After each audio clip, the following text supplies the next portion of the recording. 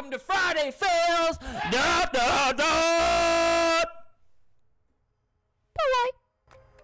That's what I'm talking. We're back, baby. Season 2 of Friday Fails. We're gonna have amazing guests on, but this first one we're just gonna get after it. We've been having people ask and ask and ask. When's Friday Fails coming back? Well, today is the day. Friday Fails is here, and if you're new here, please take the time to hit the like, subscribe button, and leave us a comment on what you think about this video. If you're new here, what we do is we take subscriber-submitted videos and we break them down to help you become a safer and faster rider.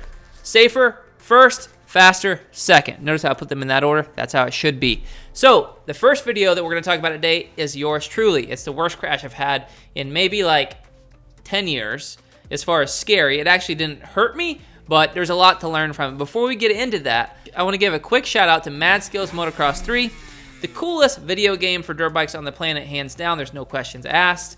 They just so happen to put my ugly mug in the game to teach you guys how to be a better rider inside Mad Skills Motocross 3. There's like plenty of challenges that you can go through with a little bit of guidance from myself to help you become a faster rider on the game. So make sure you check out Mad Skills Motocross 3, download it, play it, tag us in your videos, do all that stuff. Send them some love. They've been great to us. So the first fail of the day just happens to be me on my CR125, 07 CR125.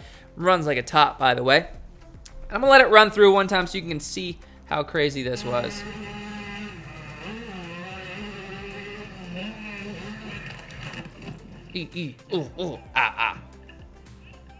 That was gnarly.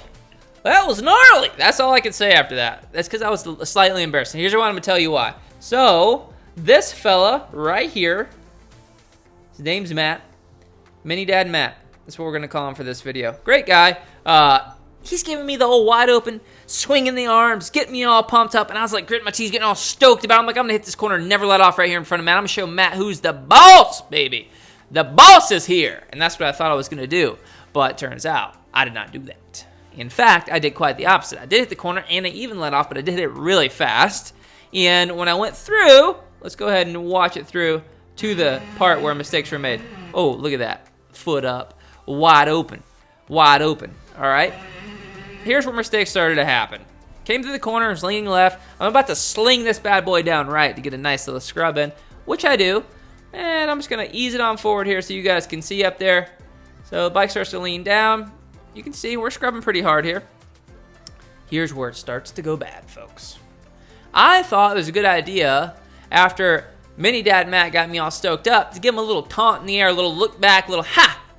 How'd you like that corner, Matt? And guess what? That was a bad idea. So I look back. You got the back tire there. She's flinging out sideways. What I forgot. Look, I'm getting pretty close to the like sideways on this jump. But what I forgot was how small the jump was and how hard I scrubbed it. I almost didn't realize how hard I scrubbed it. And when we get a little further here, what you'll see is I landed right here sideways, and the landing is actually about 10 feet further. So I scrubbed it so hard that I didn't even clear the jump, and you can see it's a little slick. And I just did the old swip swap, applesauce, slid out. I'm really glad I didn't get tossed over the top of the bike. Like, really glad. I actually slid down low-sided. Handlebars whacked my femurs, both of them really hard. Right here, boom, ouch. And then, yeah, I just followed on through.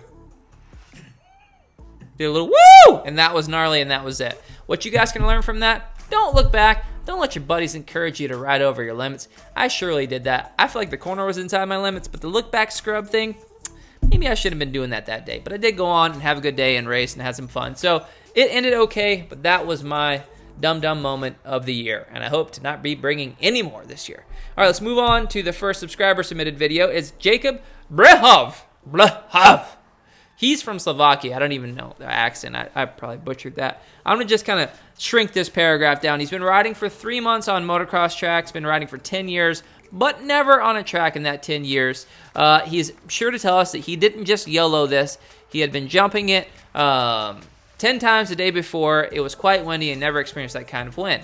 Basically moved me sideways, yada, yada, yada. So let's watch it through and see if we can relate and see if we can help him out. Oops. That's not what I wanted to do.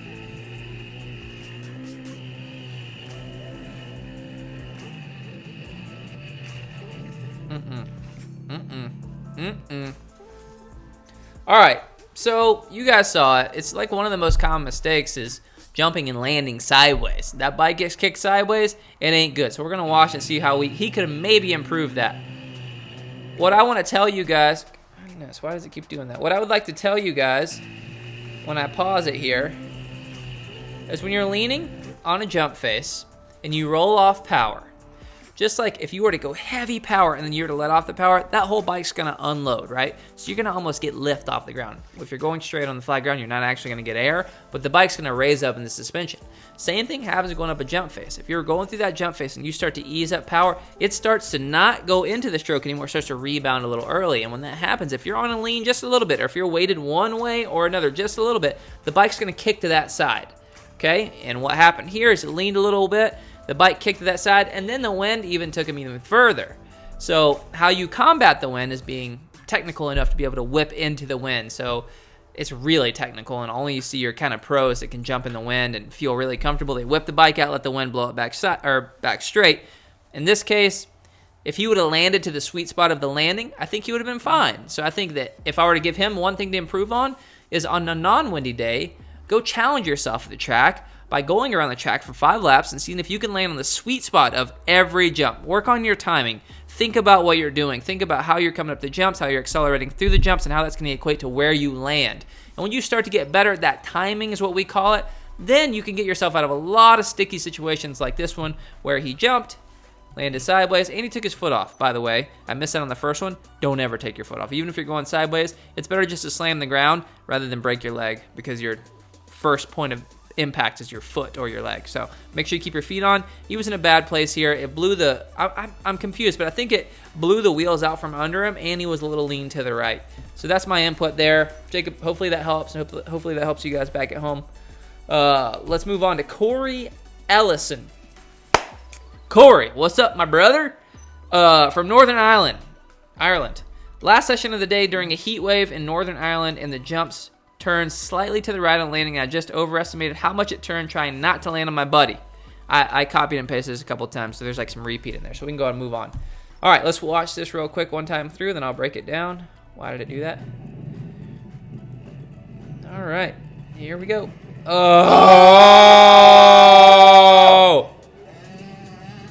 Sorry. Carson, that was gnarly.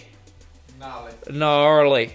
All right, first off, dude, you were not even close to your buddy. You did a great job of trying to miss him. A fantastic job, I might add, of trying to miss your buddy. You weren't even close. You're 200 feet past him. I'm going to watch it one more time because I'm kind of mind blown.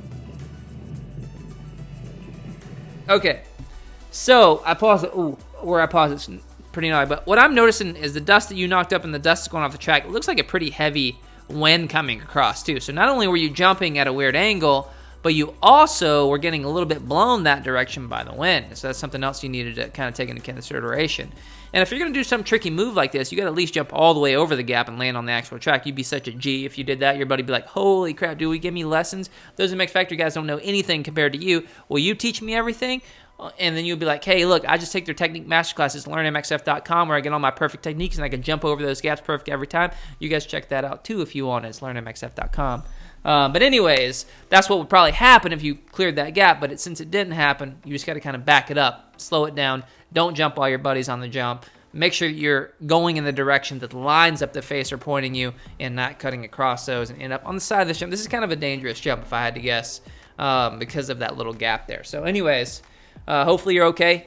I appreciate you submitting the video. And I know you probably submitted a long time ago because we've been on our little hiatus of a break. But we're back, baby. Miko Raman. This is my son, Tumas. Tomas. Maybe Tumas. You don't even know that.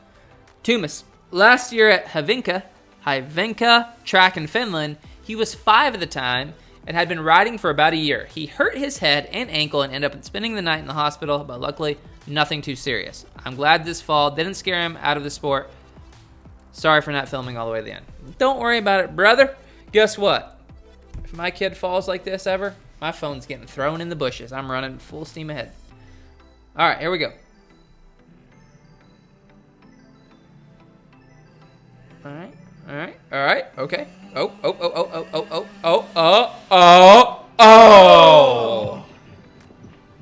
Yep, the old run too. All right, let's get back to the beginning here.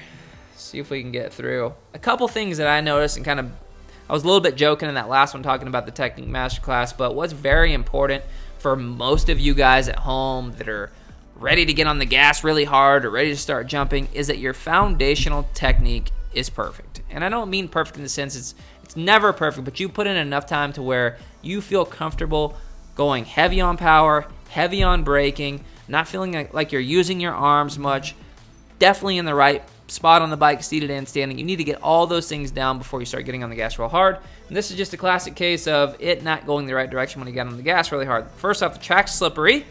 Gets on the gas really hard. The bike's sliding. And then you can see when he starts to come up the jump face, he hit a little kicker. But not only that did he hit a little kicker, but his body position is so far forward on the bike because he's trying to stay. He's doing the right thing by trying to stay in front of that heavy powder, meaning he's trying to stay, letting that bike push him along rather than pull him. But he didn't do it by spreading his body out on the bike, getting the feet back on the foot pegs, getting the knees in the middle of the bike, getting the butt back over the foot pegs, getting the head down low and spreading out on the bike. He did it by putting all of his weight on the front of the bike, which is a very compromising position, get you in a lot of trouble. It takes all the weight off that back tire, and it's really easy for it to kick out sideways, lose traction, and just put you in a bad spot. So that's kind of what happened here. And then his dad said something I don't understand. Maybe it wasn't even a word, but it could have been. And that was it. All right, so little buddy, make sure, Tumas, make sure you get that positioning right. Make sure you learn how to stand on the bike really, really good in the right position before you go holding that thing wide open. That'll keep you a lot safer. All right. At Kevin.G_317. That could be the beginning of a rap song, I think. That's the hook, man. Maybe. Didn't have much rhyming in it. I went over backwards and whiskey throttled at Mountain View MX Park in Sandy, Oregon. Great place. We've been there. Yeah. That's where AJ Scaredy Cat cheated on his lap time. Remember on that thing we did with AJ Scaredy Cat, Catanzaro, Jet Lawrence, and all those guys? And he put his lap time 0.2 faster than mine, so he wasn't in last, put me in last. Yeah. I don't know if you remember that, but anyways. Scaredy Cat. All right, let's watch this through. This is a great track, by the way. I love this place. I look forward to getting back out there.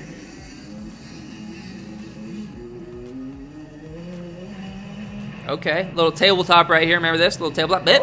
And then the finish line right here. Bip, bip, bip. Ooh, boy. Oh, boy. Oh, man. He ain't going to sit on the toilet right for 2 weeks after that one. I tell you that right now. Ow, ow, ow. Hold on. Hold on. Are you okay? Let's get you off the track. Oh, that's my mini dad man right there. You got to give him encouragement after his butt cheeks are already split. Maybe they're not split, but they're definitely hurt. That might have been too much. Was that too much? It was too much. A little too much. But keep it in, though, because sometimes everyone's just a little bit too much. He split his butt cheeks. Hopefully not, but maybe. And his dad's like, hey, dude, that bar, man. Hey, brother, get over here on the side of the track. Let's talk about what you did. But hey, don't bar. Anyways, shout out to him on that. Let's go back and find the mistake here so you guys can learn a little bit from this. Is about right here. So what I noticed, I can't see body position, but throttle delivery was off. But you hear that last little piece right here. Last little piece right here. Listen to this. I'm going to back it up a little bit more. After he gets through these ruts right here, up there at the top of the screen, you're going to hear this little right there at the end. And that's what messed him up.